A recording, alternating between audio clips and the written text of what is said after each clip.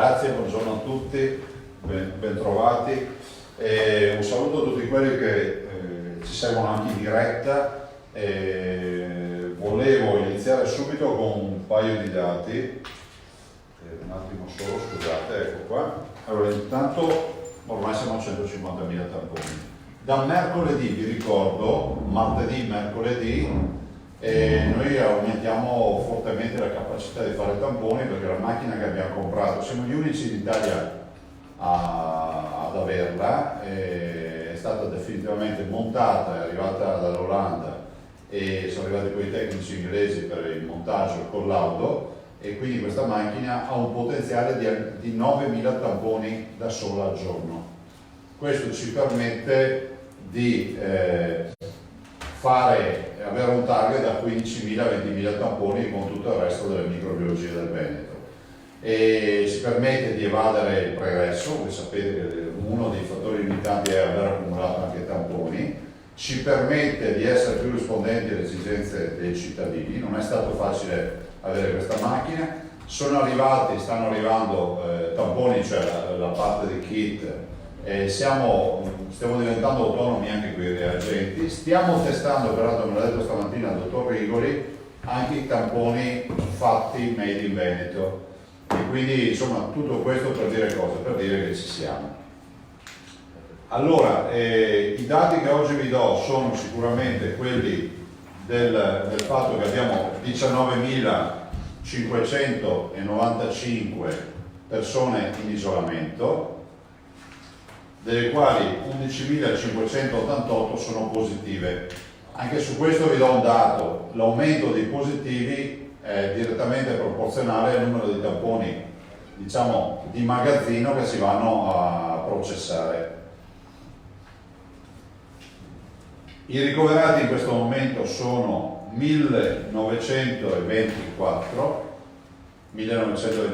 ricoverati, che si aggiungono ai 322 di terapia intensiva, quindi siamo a 2300, che si aggiungono ai dimessi 1191, che comunque abbiamo curato prima, quindi 2300 più 1191 fa 3500 più o meno. Queste sono le persone che sono entrate nei nostri ospedali. Lo dico a tutti quelli, scusatemi se ve lo ripeto spesso, che pensavano che questa fosse una passeggiata. Cioè noi abbiamo almeno 3500 persone che abbiamo curato nelle malattie infettive del Veneto, nelle semi-intensive del Veneto, nelle terapie intensive del Veneto, e sono assolutamente cittadini che, se non avessero avuto questa organizzazione sanitaria che abbiamo dato, oggi magari non saremmo qui a parlare di loro, avrebbero dovuto puntare tutto sulla fortuna. E questo giustifica anche i ragionamenti fatti per l'identificazione dei Covid Center, cioè degli ospedali che abbiamo identificato come centro di riferimento. 609 sono i morti, purtroppo. Peraltro mi è giunta prima la notizia che è morta la signora, una delle signore più vecchie del Veneto, 107 anni, di Farla di Soligo, ha fatto il compleanno qualche mese fa, un mese fa, una roba del genere. Nati 73.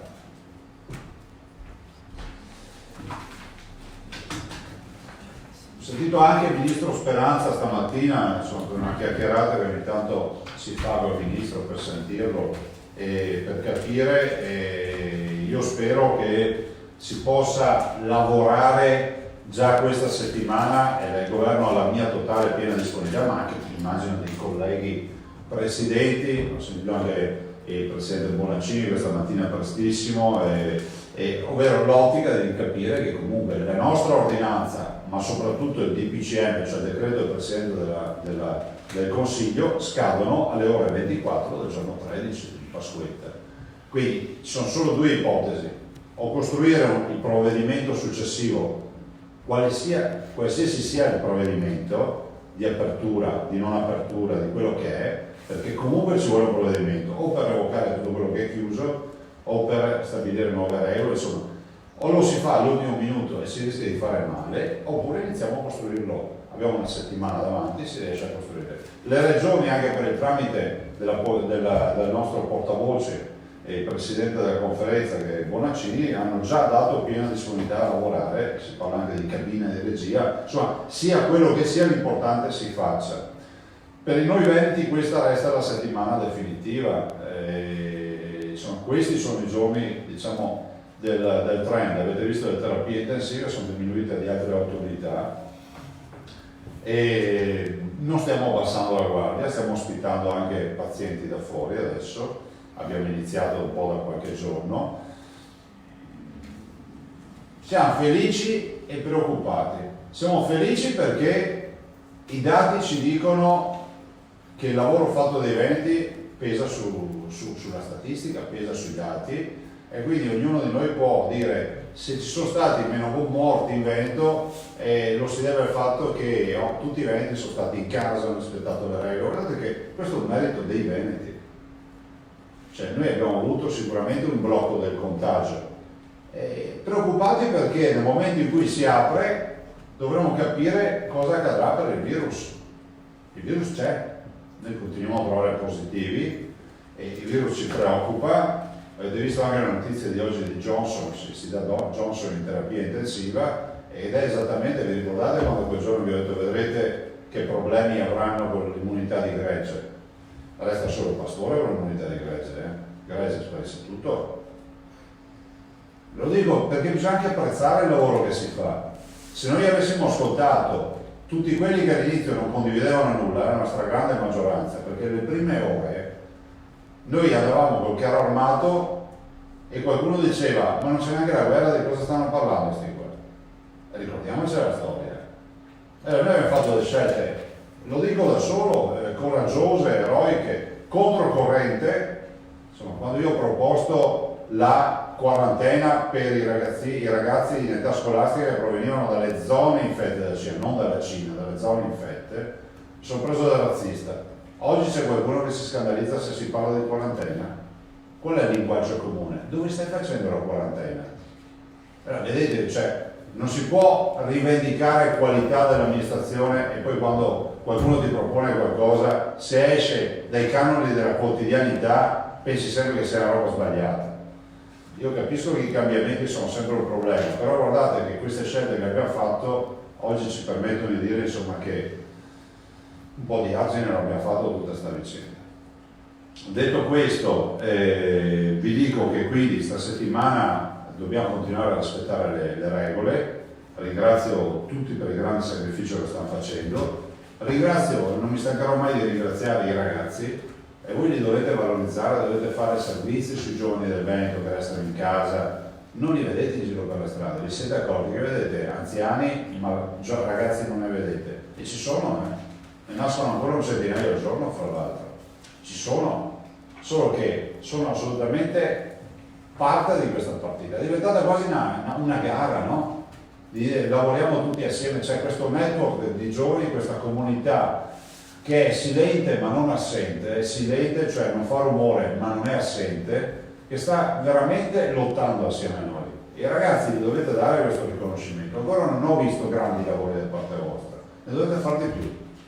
Avete fatto un gran lavoro di assistenza, però sui giovani io veramente vi prego di fare qualcosa di più approfondito, perché avere 15, 16, 17, 20 anni, 21, 22, essere chiusi in casa ormai da un mese, cioè già ti dà fastidio se ci stai con la febbre una settimana, pensate a starci un mese in perfetta forma fisica, vedere fuori le piante che fanno le foglie, il sole 23 gradi ieri c'erano, e vedere, sentire gli uccelli che segnano la primavera, insomma, che la primavera è sbocciata, cioè i ragazzi per me fanno un sacrificio che è encomiabile, punto, non aggiungo altro.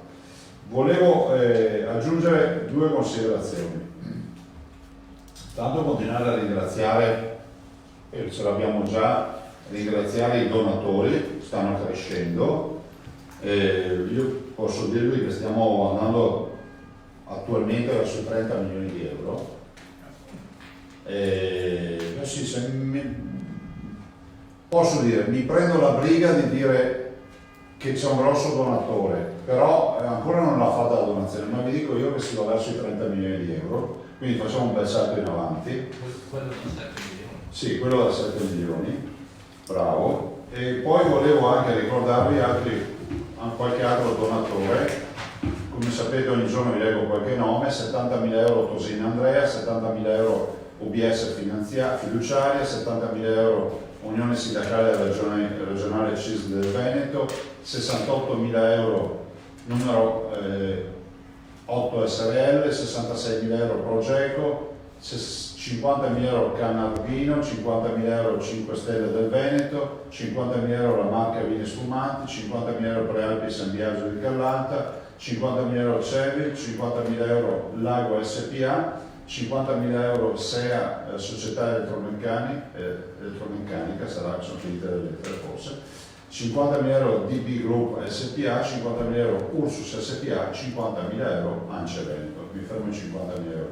Ricordo sempre i main sponsor, che sono 5 milioni di euro dati da Ennio Doris, dal signor Doris, 2 milioni di euro più 1, 3 milioni da De Longhi, dalla famiglia De Longhi, poi la famiglia Zoppas 1 milione di euro, Enrico e Franco Zoppas, 500.000 euro il signor Fassa dalla Fassa Bortolo SRL, 500.000 euro Rino Mastrotto Group, 500.000 euro Cereal Docs e poi tutti gli altri.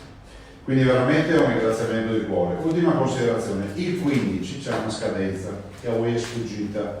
Voi vi ricordate che uno dei primi giorni noi siamo venuti qui e abbiamo presentato il piano delle restrizioni delle attività sanitarie in Veneto, la chirurgia solo quella oncologica, le robe straordinarie, perché dicevamo guardate che noi avremo il problema di avere, e li abbiamo avuti, 3.500 pazienti Covid, e quindi c'è tutto il tema delle terapie intensive, delle attività degli ospedali Covid. E quindi ci scade, quindi noi stiamo ripensando a una riscrittura di quell'ordinanza, e vi dico che ho anche la speranza di pensare anche se ci riuscissimo quasi anche di revocarla, insomma la speranza è quella di revocarla, però non ve lo so dire perché adesso dobbiamo valutare i carichi di lavoro, gli impegni degli ospedali e quantomeno vedremo di capire quanto ridimensionabile sia. Dall'altro vi dico che ho già detto, abbiamo detto stamattina, come al solito abbiamo le 2 videoconferenze al mattino, ho detto ai direttori generali, in particolar modo al dottor Scibetta e al dottor Simoni, di farci pervenire per oggi un'idea di inizio di ripartenza di 2 ospedali principali che sono lo Schiavonia e il Sant'Orso. Sono ospedali con pazienti Covid, cioè coronavirus, esistono, non è che sono delle cattedrali nel deserto, sono stati ospedali strategici e lo sono. Però è pur vero che magari in un'ottica di convivenza graduale, anche perché noi sappiamo che più finisce questa emergenza, più inizia l'attività ordinaria di questi ospedali, tornano alla vita normale. Ovvio è che noi comunque identificheremo questi ospedali come sempre centri di riferimento perché li abbiamo allestiti, eccetera. E guardate, con tutto il rispetto che ho per tutti, cioè non è che possiamo continuare a dire che i vecchi ospedali possono diventare centri Covid, perché i vecchi ospedali non sono a norma sismicamente, non hanno l'impiantistica in grado di affrontare questo. Cioè per fare l'esempio, Schiavonia piuttosto che Sant'Orso sono 2 ospedali che hanno un'impiantistica adeguata per avere 30-40 persone in terapia intensiva o in subintensiva. Voi dite, ma cosa vuol dire? Vuol dire che i tubi non si congelano, perché l'ossigeno passando in grandi quantità fa congelare i tubi. Il problema è che ad esempio hanno avuto in Lombardia sugli ospedali più datati. Cioè per dedicare uno di questi vecchi ospedali a diventare Covid Center bisogna investirsi talmente tanti di quei soldi che bisogna rifarlo nuovo. Fidatevi, se no insomma c'è la scoperta dell'acqua calda, no? Zaia non si è accorto che all'ospedale di Pieve di Soligo e fa il Covid Center a Vittorio Veneto. Parlo della mia zona così nessuno si offende, perché qua si offende sempre tutti. Ecco, allora io dico no, cioè, sapevamo che c'eravamo a Valdobbiadene, scusate, non Pieve di Soligo, a Valdobbiadene, però sappiamo che mettere in funzione per alti livelli di cura Valdobbiadene, al di là del personale, della logistica e di tutto, sarà anche un tema strutturale. Quindi vi dico, abbiamo chiesto per oggi pomeriggio che ci dicano già le prime indicazioni e cercheremo di capire. Spero che lo si possa fare con velocità. Resta fermo che al momento attuale noi siamo in emergenza. Passo allora la parola alle domande e poi lascio i due assessori che hanno due comunicazioni. Allora io chiederei ai colleghi il primo giro solito, secondo lo dedico ai quotidiani, poi facciamo l'ultimo giro. Sì. Presidente, Tosato. buongiorno. Ciao. Insomma, il tema della ripartenza, no? Tu hai accennato al discorso della ripartenza sanitaria. Come te la immagini? Anche perché insomma, pare di capire che questa settimana sarà dedicata anche sarà dedicata alla riscrittura dell'ordinanza, al dialogo con il governo per riformulare. Come ti immagini i primi passi graduali verso un allentamento delle restrizioni? Ma intanto è fondamentale dire che noi dobbiamo partire dai dati epidemiologici e dalle indicazioni del mondo della sanità. A me piacerebbe aver già riaperto, però è pur vero che se il virus e poi mettere a repentaglio la vita dei cittadini o peggio ancora poi avere delle ricadute sulle masse, cioè penso che il rischio debba essere assolutamente certificato da chi se ne intende. E dall'altro voglio dirvi che io immagino, ma non sto dettando delle linee guida, che avremo sempre una fase di transizione prima di arrivare al regime con tutta questa partita, che è una fase che ci imporrà di avere sempre gli ospedali di riferimento, di non abbassare la guardia e di avere anche delle attività che gradualmente tornano alla normalità.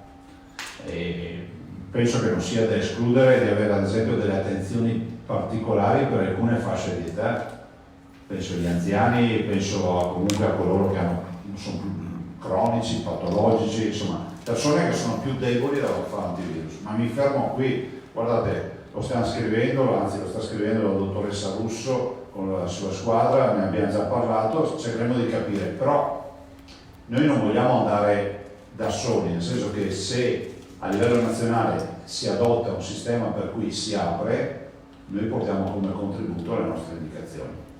Altro? Poi ecco, posso chiedere Prego. un dettaglio? Tu hai accennato al versante sanitario. Sul piano, diciamo così, delle attività civili, ad esempio la tua ordinanza è intervenuta sui negozi, Sì. È immaginabile di valutare un allentamento alle chiusure? Guarda, io ti dico la verità, per quanto riguarda la mia azione rispetto all'ordinanza, dobbiamo vedere come va questa settimana e alla volta di venerdì io vi dico già che quali saranno le scelte, nel senso che bisognerà vedere i dati, perché questa settimana può riportarci nell'oblio o andare verso uno svuotamento. Considerate che siamo davanti a pazienti, questo lo dovete sapere, che si fanno anche 3 settimane in terapia, quindi non sono pazienti che tu dici di giri velocemente, per cui è anche più problematica questa epidemia, anzi questa pandemia, per un altro motivo, che se dovessero essere tanti pazienti occuperebbero per tanto tempo il letto e quindi sarebbe veramente complicata questa storia. Cioè la Lombardia, come noi, sta ancora curando pazienti di 3 settimane fa.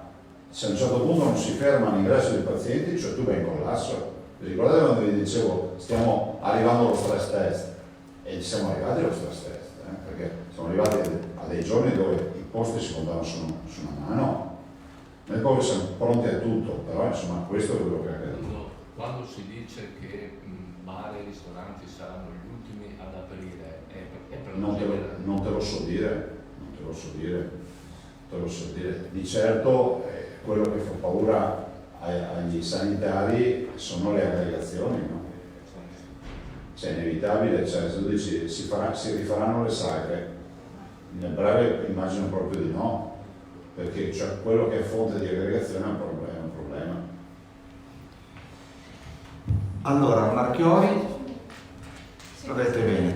Presidente, buongiorno. Una domanda, ci sono arrivate alcune telefonate da parte di giardinieri in redazione che chiedono chiarimenti sulle modalità con cui possono lavorare perché le prefetture o dicono di no o tentennano. Ma guarda, abbiamo visto noi una direttiva della prefettura di Verona che ha interpretato, almeno da quello che si è letto, che ha dato risposta ai florovivaisти del Veneto dicendo che si può, l'ordinanza non ha nessun problema.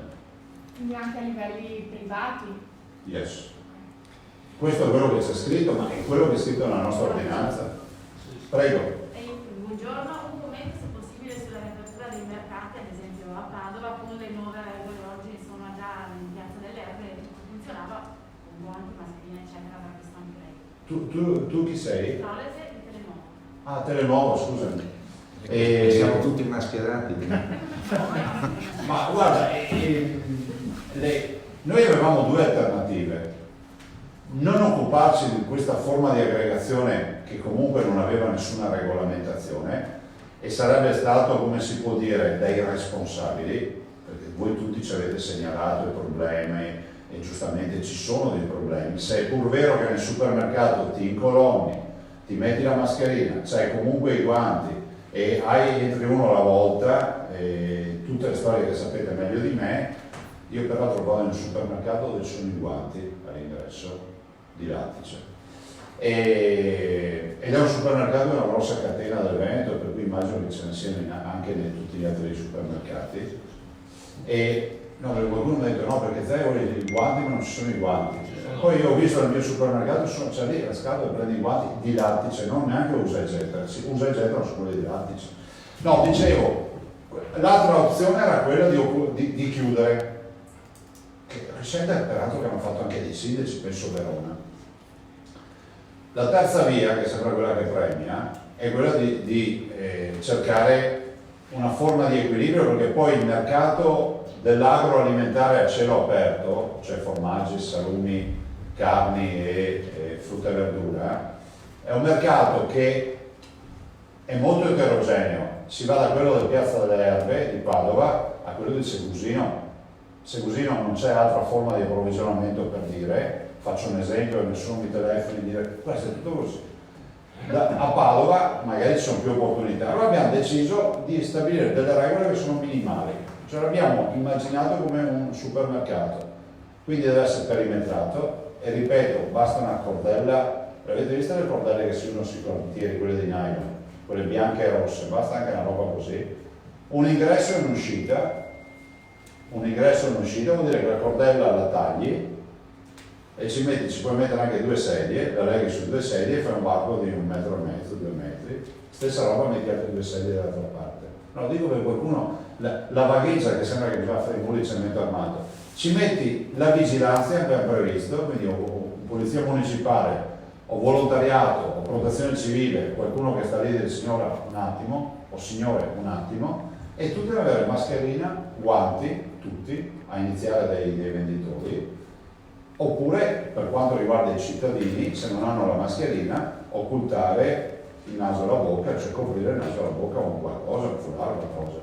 Mi hanno scritto che il foulard, ma se il lana fa caldo, cioè, voi capite, cioè, se io ti dico guarda lì c'è fuoco, non andarci perché ti bruci, non mi devi cominciare a dire a quanti metri, a quanti centimetri posso arrivare, ma scotta tanto, buttati. Se io lo dico per il tuo bene, se proprio ci vuoi andare, buttati. Cioè questo non è un gioco, e non è neanche come se un esercizio di dittatura o di sadismo, è semplicemente dare indicazioni ai cittadini per tenerli in buona salute, appunto. Se poi uno non si fida facciamo quello che vogliono, però non ho visto grosse lamentele oggettive. Ivana Goldnik, Rai TV. Volevo sapere questa cosa dei tamponi del dottor Rigoli, forse ne ha parlato già ieri ma io non c'ero, e anche di questa macchina olandese, se ne parla tanto, adesso entra in funzione, ma questi tamponi sono uguali ai tamponi clinici o sono diversi? Sono un po' Sì, no, sono tamponi, quelli che si fanno in casa, che cercano di sopperire al fatto che ormai sui mercati non è che li trovi con facilità i tamponi. Anche qui state attenti, perché se trovate qualcuno che dice io ce li trovo dove voglio, bisogna capire se sono attivati o inattivati. Quelli come si può dire, cool, no? Quelli che vanno però sono gli inattivati. cioè che prevedono minor lavorazione poi, perché se tu hai quello semplice, il tampone, hai tutto un problema di lavorazione che ti porta via un sacco di tempo e quindi non puoi più processare migliaia di tamponi come prima. Per tanti dicono, ah ma io ho trovato i tamponi, si dipende da quali. E questi Made in Veneto? Ma i medimenti sono appunto per migliorare quello di cui processo. Sentite il dottor Rigoli, insomma, di Treviso se avete bisogno. Collega? Presidente, buongiorno. Io ho una curiosità. Abbiamo assistito e stiamo vivendo comunque una chiamata alle armi da parte di tutti i medici. Successivamente, in un futuro che mi auguro sia insomma più breve possibile, faranno sempre parte della regione, faranno sempre parte del sistema. Come lo vede? Ma compatibilmente con le leggi sì, voi sapete che io sono quello che ha proposto, che chiamo in servizio, che poi è diventato norma, dei medici in pensione, o meglio, è diventata norma la possibilità di optare a 65 anni di non andare in pensione. Adesso è stata autorizzata anche l'assunzione a tempi determinati dei medici in pensione che magari sono assolutamente dei grandi professionisti che se ne sono usciti a 65 anni dagli ospedali, e ne conosciamo tutti dei chirurghi, dei grandi medici, eccetera. Per cui c'è una dotazione personale che assolutamente noi vorremmo tenere sul fronte dei medici. A noi non bastano mai, che sia chiaro, e non voglio sentire dire da nessuno che la regione non li ha assunti, non ci sono. Fra l'altro noi ne abbiamo assunti 500 e siamo stati i primi in Italia a portare avanti l'idea di assumere i medici laureati senza la specialità. La specialità ci vuole, ma noi abbiamo assunto anche quello. Grazie. Quando ormai dopo a Pasqua, Pasquetta, paradossalmente sono più controllabili anche socialmente le città delle campagne. In campagna magari tra parenti si sta già pensando al pranzo di Pasqua oppure di Pasquetta. Ci può dire qualcosa, può dire loro qualcosa? Che zero? Mi sembra logico, io sono qua a Pasqua anche a Pasquetta con gli assessori. Penso che più di dare buon esempio così, cosa volete che vi dica? L'ordinanza vieta ogni forma di aggregazione, pubblica o privata. Se volete rispettare la legge, o meglio ancora, fare un lavoro di squadra per salvare la vita ai veneti, bisogna stare isolati. Sentite, non possiamo, anzi, fisserò io un giorno, farò una proposta di fissare un giorno di Pasqua e Pasquetta un po' più avanti e lo celebreremo tutti. Insomma, facciamo in differita, propongo la Pasqua e la Pasquetta in differita come festeggiamento, attenzione, non come rito religioso, sto parlando come pranzi e scampagnate, però non viene fuori così. Anche con il rito religioso. No, questo se lo scrivi ti taglio un dito. Allora, non riesce più a scrivere, basta uno. Andrei con i colleghi, poi facciamo l'ultimo giro. Domenico Basso, qual è la cifra di contagi e terapie intensive che venerdì la porterebbe eventualmente a far rientrare le ordinanze? Ma sai, non è un problema di contagio e terapia intensiva, dobbiamo vedere il trend generale sentendo i clinici. E questo è fondamentale. Capisco la domanda, ma per noi non basta. Intanto i numeri dei contagi, guardate, io lo dico sempre anche. C'è andarsene. Non è perché ti va speso quello. Devi spegnere quello. Tuo cavolo. Ecco, grazie. E lo dico anche, l'ho detto anche al ministro, finiamola col pubblicare, ma lo dico anche a voi ragazzi se ci date una mano. Tabelle con il numero dei contagiati a livello mondiale. Ma secondo voi, vi faccio un esempio, noi che andiamo a cercare i contagiati ne abbiamo di più, giusto no? Pensate bene, ho fatto 150.000 tamponi, cosa volete che troviamo? Funghi, troviamo contagiati. E poi tu vedi la cartina del mondo, il Brasile 6.000, cioè uno dice se il virus ce l'hai fa un casino, se non ce l'hai non fa niente. Come fai ad avere solo 6.000? C'è impossibile. La Gran Bretagna è la dimostrazione palese di cosa succede quando tu non controlli niente, non tamponi niente, non isoli nessuno, e devo dire che va tutta la mia solidarietà. Io sono per il rientro di tutti i nostri cittadini veneti all'estero. Se tornano a casa io sono felice, che sia chiaro. Io non condivido la linea che si sta dando che tutti si stiano via. No, io sono perché si dia la possibilità ai nostri cittadini di rientrare.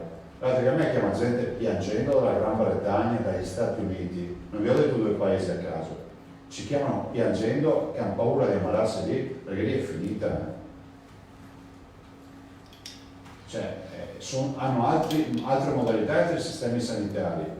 Noi abbiamo ragazzi che si sono chiusi letteralmente in casa a Londra e sono chiusi ormai e fra l'altro ieri mi dicevano che a Londra e in Gran Bretagna avevano messo in piedi un bel sistema di consegna a domicilio del cibo, della spesa, e adesso non funziona più neanche quello perché sono intasati, per cui adesso sono terrorizzati i nostri ragazzi, soprattutto studenti all'estero, che devono scafandrarsi per bene per riuscire ad andare a fare una spesa in fretta e furia.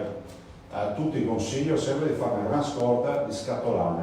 Ma questi che le chiedono di rientrare, lei cosa fa?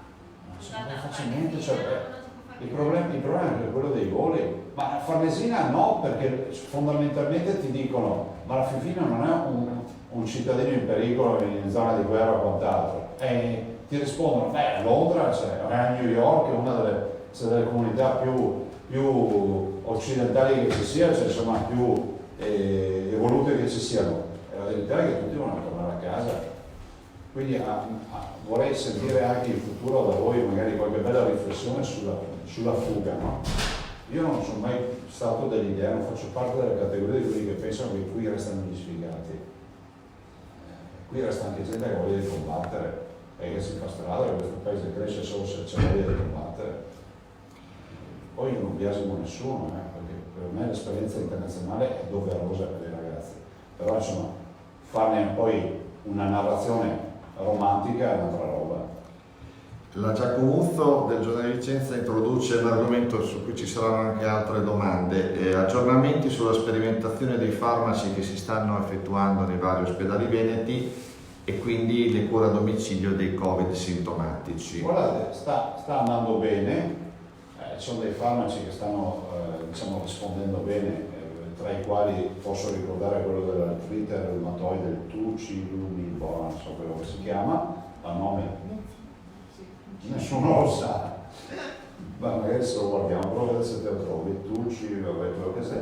Ne abbiamo 6 sperimentazioni, stiamo attendendo, voi sapete è stato approvato il protocollo AIFA per l'Avigan, il farmaco giapponese, la Fuji adesso dovrebbe dare il farmaco e se arriva il farmaco noi siamo pronti a sperimentare, a fare la fase sperimentale. Non dobbiamo creare illusioni, per il tema della idrossiclorochina a domicilio si va avanti. Nel senso la somministrazione preventiva a domicilio che sembra diminuisca gli effetti, diciamo i sintomi del... si chiama tocilizumab. Evito commenti su chi ha messo questo nome. Ma cosa blocca la Fuji? Perché comunque sta passando un po' di... No, non sta bloccando niente, nel senso che il protocollo è stato approvato la scorsa settimana, immagino avranno dei contatti dei giapponesi a far arrivare il farmaco non c'è sul mercato.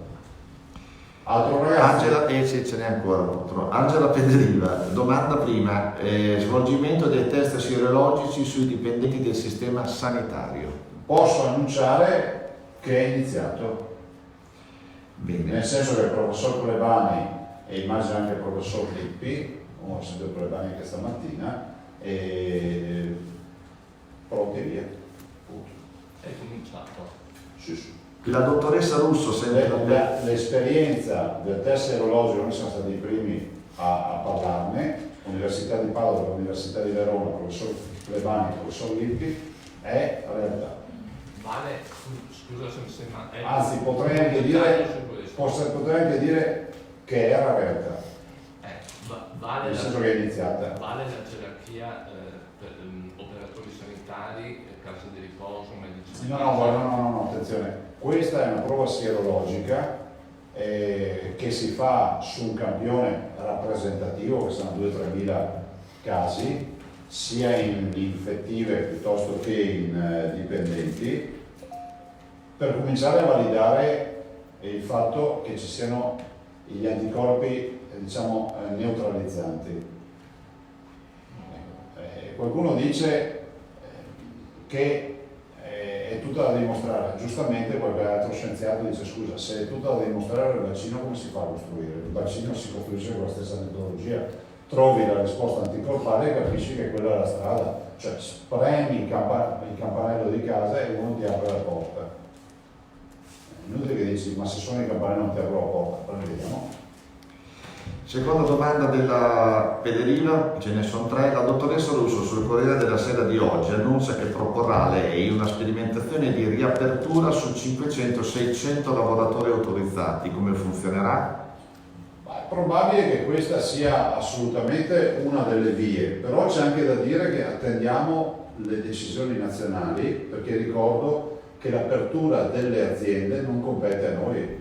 Noi possiamo dire, se ci dite che si può aprire, noi abbiamo già un'idea di come aprire, e anche magari qualche azienda in maniera molto sperimentale per analizzare anche altri aspetti. Ci sono molti imprenditori che si sono anche proposti di essere cavia nella riapertura.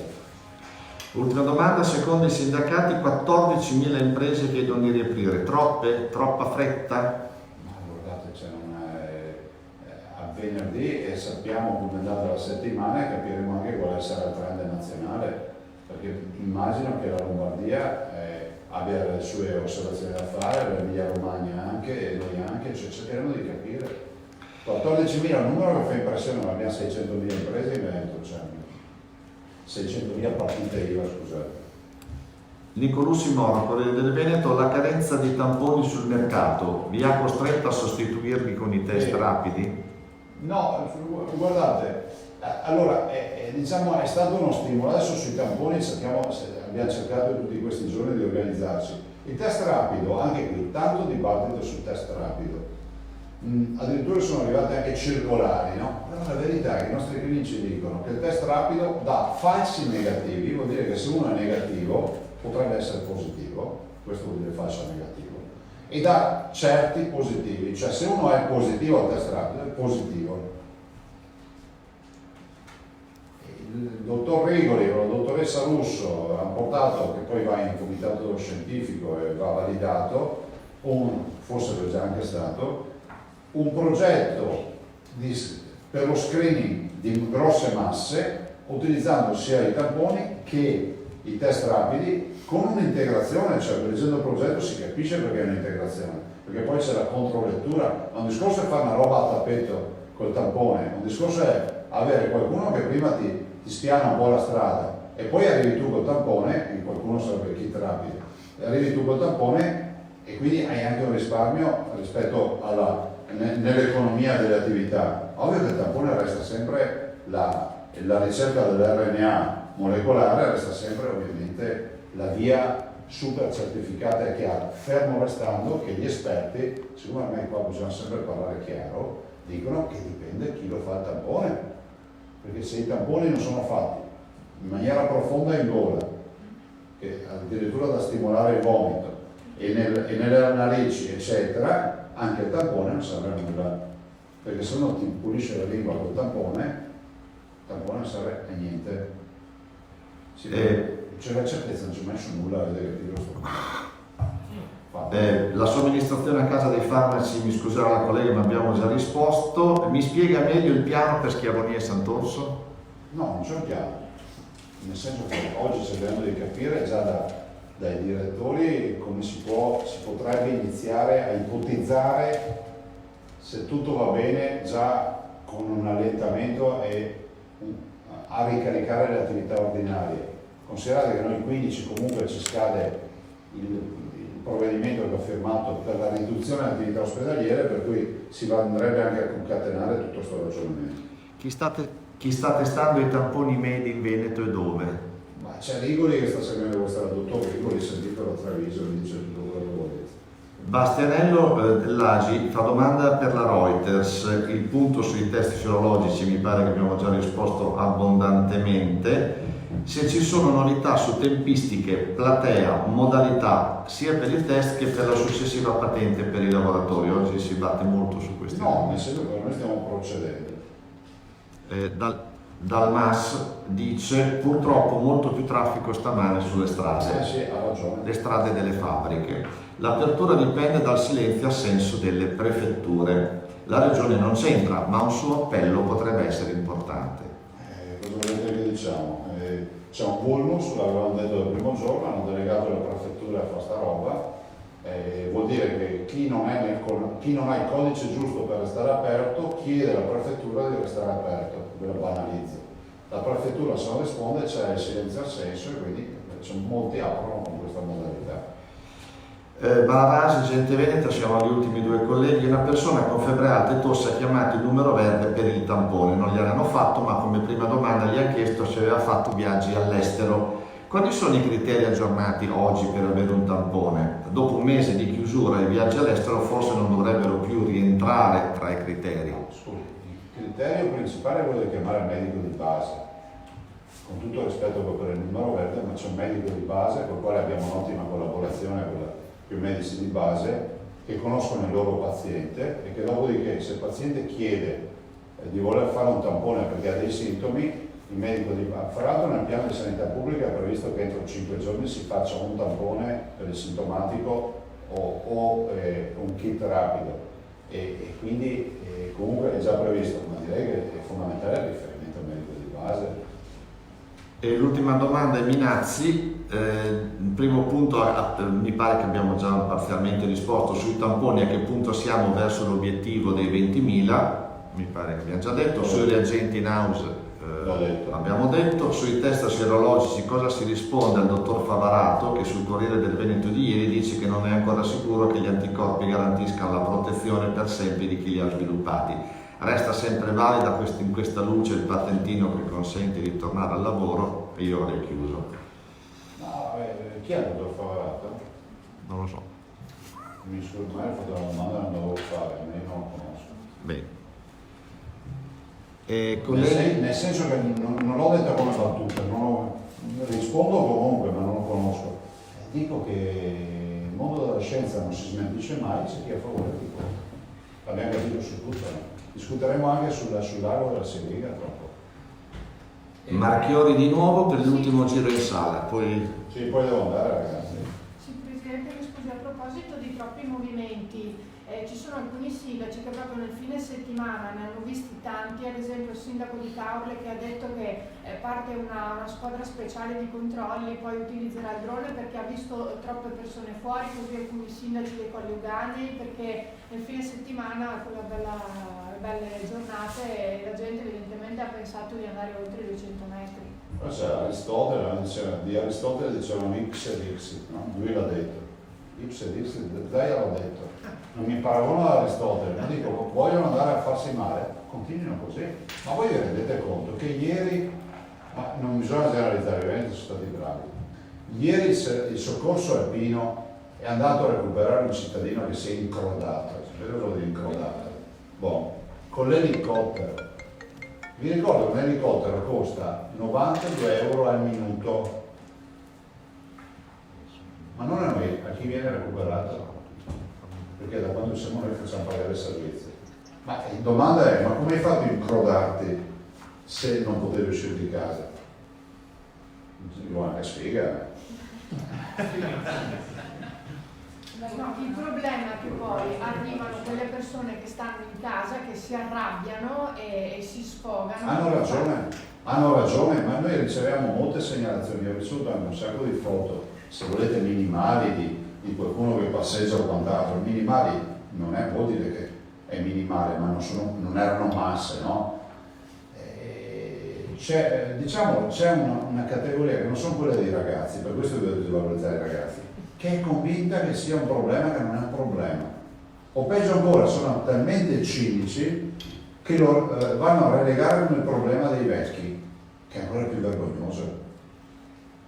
Che ancora, guardate, Johnson non ha 80 anni, non ha 90 anni, penso che ne abbia anche quando era 53, se non avrà la mia età o qualche anno in più. Questa è la storia, è in terapia intensiva. Se volete vi riporto anche i casi senza dirvi i nomi di ragazzi in terapia intensiva. Dopo dicono, ma non pensavo, lo direi in terapia intensiva. Filippo? Ecco, a proposito di movimenti, mi arriva adesso una cosa da Venezia. A Venezia ci sono litigi per la particolare conformazione della città, insomma, litigi continui tra i runner che fanno la corsetta sotto casa e i passanti. I passanti, cioè i residenti, perché i turisti non ce ne sono più, si arrabbiano con loro dicendo tu non puoi correre per le calli perché ci finisci con entrare in contatto con noi. È una situazione particolare, insomma, però. Ma come vi ho detto l'altro giorno, cioè, noi italiani siamo strani, no? Cioè, ve l'ho detto ieri, cioè, vogliamo che tutto sia codificato e tutto normato. Gli inglesi fanno una legge e ci scrivono i principi fondamentali, da noi bisogna scriverci anche la temperatura corporea per applicarla, cioè, siamo troppo fuori di testa, cioè ci vuole il buon senso a un certo punto, no? Cosa volete che faccio una circolare per dire che non si corre a Venezia e si corre nei 200 metri nei paesi, cioè, a parte il fatto che correre nel raggio di 200 metri si permette a Venezia le cali, quindi riesci a organizzarti. C'è anche un'applicazione di 200 metri per cui vi suona ogni volta che arrivate ai confini. Sono le altre che devono fare sta roba. Se non ci sono altre domande, il Marchiori. Scusa. Sì. Volevo chiedere, alla fine dell'emergenza, i posti di terapia intensiva che avete allestito rimarranno? Sì. Guarda, peraltro aggiungo anche una cosa, questa mattina ne abbiamo discusso in videoconferenza. Verranno disallestiti solo quelli che tecnicamente sono ingombranti. Non so, noi stiamo utilizzando, ecco, vi dico una roba, no? La gente c'è, io vedo c'è discussioni che ci dico, ma dove vedi fuori questo? Cioè, noi abbiamo dovuto allestire le terapie intensive nelle sale operatorie, cioè dove prima operavano, oggi ci sono i letti agganciati perché abbiamo approfittato dei respiratori del tavolo operatorio e in più ne abbiamo portati altri in maniera tale da fare una sala. Quindi quelli dobbiamo sgomberare tutti perché non possiamo fare una camerata su una sala operatoria. Ce ne sono altri dove abbiamo le stroke unit dove lavorano tanto con le barelle eccetera, che non possiamo lasciare i letti di terapia intensiva, ma tutto quello che possiamo lasciare pronto all'uso, che sia coronavirus futuro o che sia utilizzo ospedaliero, lo lasciamo. Noi abbiamo ormai, cioè, io penso verosimilmente più di 1 migliaio di macchine installate in giro per il Veneto. Voi dovete pensare che dietro ogni terapia intensiva c'è l'aspiratore, l'infusore, il dehumidificatore, il monitor e poi ci sono le subintensive come che i caschi, insomma ce n'è di roba. Non a caso abbiamo speso quasi 100 milioni di euro. Allora, se le domande sono finite, io manderei via il Presidente e direi a Bottacin all'assessore. Facciamo prima l'assessore. Prima l'assessore Lazzarini, vedete voi insomma. Sì, così finiamo la sanità e poi. Finiamo la sanità, poi parliamo di altre cose. Grazie, buongiorno. Grazie. Assessore, prego. Sì, allora io vi do aggiornamento, c'eravamo ripromessi dall'aggiornamento rispetto alle verifiche SPISA, no? Visto che anche ieri si è parlato anche del ritorno di alcune attività produttive. Allora, fino ad oggi sono state fatte 3.764 verifiche, sono state controllate quindi 3.764 aziende per un totale di circa 194.150 lavoratori, quindi un numero molto importante. Sono circa 243 aziende al giorno per 5.300 lavoratori circa in tutte le aziende sanitarie. Le aziende sono le aziende divise per vari settori, da quello metalmeccanico, alla grande distribuzione, alle confezioni alimentari, alla ferramenta, al trattamento dei rifiuti, insomma chimica, insomma, quindi molto distribuite anche come categorie. E questo quindi per quanto riguarda i controlli SPISA che continuano ad andare avanti, quindi questo è il resoconto rispetto all'attività che è stata fatta finora con un focus anche giornaliero, però continuano ad andare avanti proprio per verificare che ci siano le condizioni all'interno degli stabilimenti produttivi. Tutti ligi a dovere? Sì, sono finora insomma quelli che sono stati verificati sono andati tutti in un esito insomma buono, discreto, quindi insomma sono state rispettate il distanziamento e anche le altre misure di sicurezza. Chiusure non ce ne sono state? No, non mi risulta che ci siano state nessuna chiusura, probabilmente ci sono state delle osservazioni che sono state poste alle aziende ai titolari, ma nessun tipo di chiusura. Ma queste 3.764 controllati su quante? Aperte? E questo non ho il dato, cioè nel senso che questo qui era appunto dopo il DPCM che aveva comunque previsto una determinata categoria di attività aperte, quindi insomma non ho il dato complessivo, eventualmente proviamo a verificarlo e vediamo anche questo dato.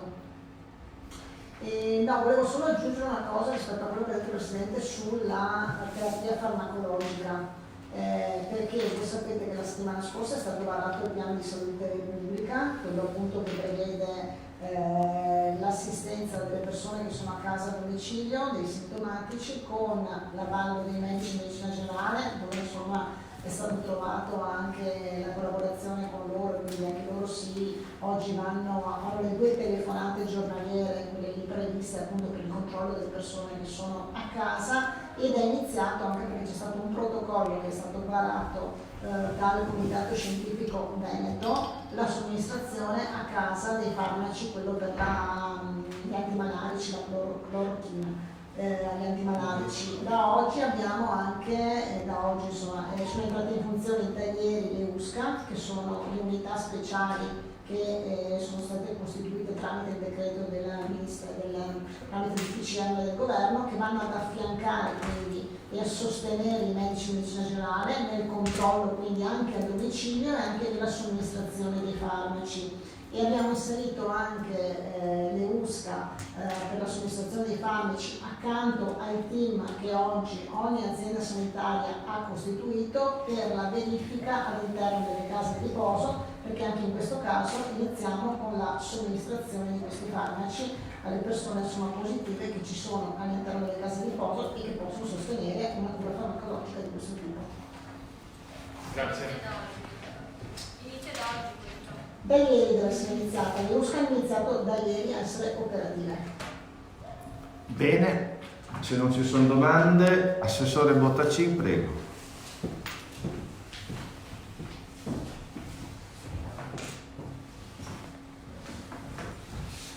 Una premessa, ovviamente vi daremo sia il report dello SPISAL sia quello di cui vi parlerà adesso Bottacin. Solo un aggiornamento sulla distribuzione delle mascherine ai cittadini. Noi abbiamo inviato con la spedizione di ieri in totale 8.342.000 mascherine. Quindi abbiamo distribuito ai comuni una quantità di mascherine che copre il 168% della popolazione, quindi c'è più di una mascherina e mezza per abitante.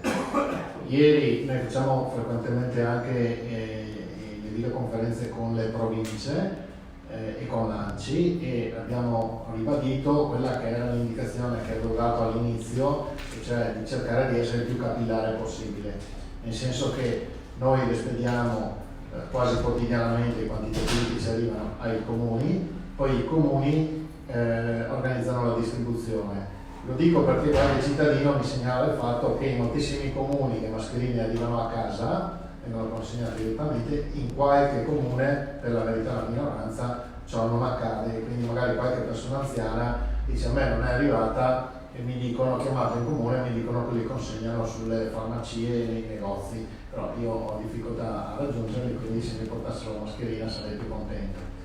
Segnalo che all'inizio, quando nelle prime distribuzioni le mascherine non garantivano la copertura totale neanche del 100% dei cittadini, moltissimi sindaci hanno ritenuto di dare la priorità proprio alle fasce più deboli, quindi le persone anziane, disabili, eccetera. Tanto loro il dato ce l'hanno, i servizi sociali del comune ce l'ha e quindi lo fanno. In parallelo noi inviamo alle province anche mascherine che sono destinate ai dipendenti comunali, ai dipendenti delle province e ai dipendenti delle società partecipate pubbliche, quindi comuni, province di vario tipo.